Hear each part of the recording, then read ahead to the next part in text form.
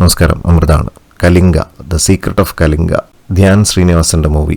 ഈ സിനിമയെക്കുറിച്ച് പറഞ്ഞു കഴിഞ്ഞാൽ ഈ സിനിമ എത്രത്തോളം ഒരു തിയേറ്ററിൽ ഒരു എന്റർടൈനിങ് വാല്യൂ ഉണ്ടാക്കിയോ അതിനേക്കാളൊക്കെ ആ റിവ്യൂസിന്റെ ഒരു എന്റർടൈൻമെന്റ് വാല്യൂ എന്തായാലും ഈ മൂവിയെക്കാളും വളരെ ബെറ്റർ ആയിരിക്കും എന്നാണ് എനിക്ക് തോന്നുന്നത്. പിന്നെ ധ്യാൻ എന്ന ആക്ടറുടെ ഒരു പ്രത്യേകത എനിക്ക് തോന്നുന്നു, അദ്ദേഹത്തിന് സിനിമ, അദ്ദേഹത്തിന്റെ ക്യാരക്ടർ ഇതൊന്നും ഒരു പ്രശ്നമല്ലെന്ന് തോന്നുന്നു.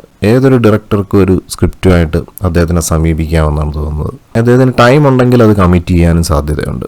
ഈ സിനിമയുടെ പ്ലോട്ട് നല്ലതായിട്ട് എനിക്ക് തോന്നി, പക്ഷെ അതിൻ്റെ ഒരു എക്സിക്യൂഷൻ ഒട്ടും സ്ട്രോങ് അല്ല, എങ്ങനെയെങ്കിലുമൊക്കെ അങ്ങ് എടുത്തു വെച്ചിരിക്കുകയാണ്. അപ്പോൾ ഇതിൻ്റെ director Saneesh Unnikrishnan, Jishnu M Aryan and Saneesh Unnikrishnan, ഇവർ രണ്ടുപേരും കൂടെ ചേർന്നാണ് ഇത് എഴുതിയിരിക്കുന്നത്. Dhyan Sreenivasan, Althaf Salim, Malavika Menon. Cast and crew, ഇതിനകത്ത് മ്യൂസിക് കമ്പോസേഴ്സ് 3 പേരാണ്: ധനുഷ് ഹരികുമാർ, ഗോകുൽ ശ്രീകണ്ഠൻ, വിമൽജിത്ത് വിജയൻ. ബാക്ക്ഗ്രൗണ്ട് സ്കോർ ഇവർ തന്നെ ആയിരിക്കും ചെയ്തിരിക്കുന്നത്.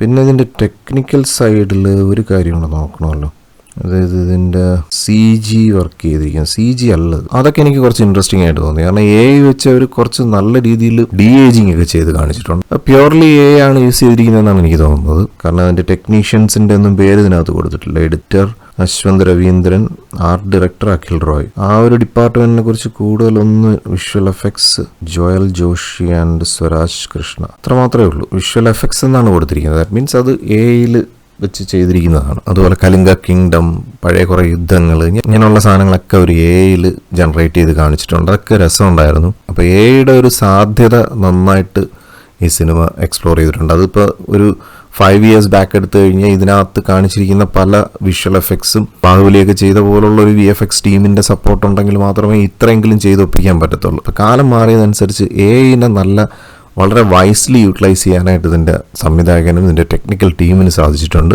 ഒരു ഹൊറർ ത്രില്ലർ അങ്ങനെയൊക്കെ ഒരു മോഡലിൽ പോകുന്ന ഒരു മൂവിയാണ്. അപ്പം അങ്ങനത്തെ ഒരു സംഭവത്തിനകത്ത് സൗണ്ട് ഡിപ്പാർട്ട്മെന്റിന് വലിയൊരു റോളുണ്ട്. അത് ഈ മൂവിക്കകത്ത് ഭയങ്കര വീക്കായിട്ട് എനിക്ക് തോന്നി. എസ്പെഷ്യലി ഇതിൻ്റെ ബാക്ക്ഗ്രൗണ്ട് സ്കോറൊക്കെ എന്ന് പറഞ്ഞു കഴിഞ്ഞാൽ നമ്മളിലെ ഫ്രൂട്ടി ലൂപ്സ് ഒക്കെ വെച്ച് തട്ടിക്കൂട്ടുന്ന പോലെയൊക്കെയാണ് ചെയ്തു വെച്ചിരിക്കുന്നത്. അതെനിക്ക് ഭയങ്കര ഓക്വേർഡായിട്ട് തോന്നി. കാരണം ഇങ്ങനെ ഒരു സിനിമയുടെ ഒരു പ്രധാന ഘടകമാണ് സൗണ്ട് ഡിപ്പാർട്ട്മെന്റ് എന്ന് പറയുന്നത്. ഭയങ്കര വീക്കായിരുന്നു.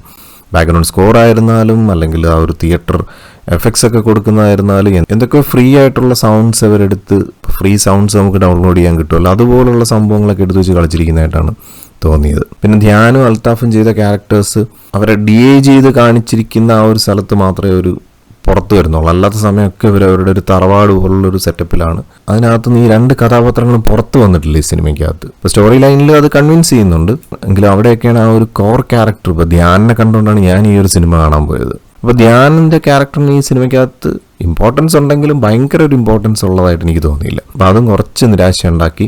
ഓവറോൾ സിനിമ കുറച്ചും കൂടെ മെച്ചപ്പെടുത്തി എടുക്കാമായിരുന്ന ഒരു പ്ലോട്ടായിരുന്നു. കാരണം ഇതിൻ്റെ ഒരു ബാക്ക് സ്റ്റോറിയൊക്കെ പറയുന്നിടത്തൊക്കെ കുറച്ച് രസകരമായിട്ടുള്ള സംഭവങ്ങളൊക്കെ ഉണ്ടായിരുന്നു. പക്ഷേ അതൊക്കെ സിനിമയ്ക്കകത്ത് അത്രത്തോളം അങ്ങോട്ട് റിച്ചാക്കി കാണിക്കാൻ കഴിഞ്ഞില്ല. ഇപ്പോൾ സിനിമ ടിക്കറ്റ് എടുത്ത് കയറിയതിനും വേണ്ടി വലിയ ബോറൊന്നും അടിക്കാതെ ഇരുന്ന് ഇങ്ങനെ കണ്ടു തീർത്തു എന്ന് പറയാം. അപ്പോൾ അതിനപ്പുറത്തേക്കൊരു വലിയ നിലവാരം സിനിമ പുലർത്തിയില്ല. അതുകൊണ്ട് തന്നെ കുറച്ച് നിരാശയുണ്ട്. അപ്പോൾ അതുകൊണ്ട് തന്നെ ഞാൻ ഔട്ട് ഓഫ് 10 5 റേറ്റ് ചെയ്യാണ്. അപ്പോൾ എന്തായാലും മറ്റൊരു സിനിമ വിശേഷമായിട്ടോ അല്ലെങ്കിൽ ഒരു ബ്ലിസ്ഫുൾ സ്റ്റോറി ആയിട്ടോ വീണ്ടും കാണാം. Thank you for watching and thank you for supporting me.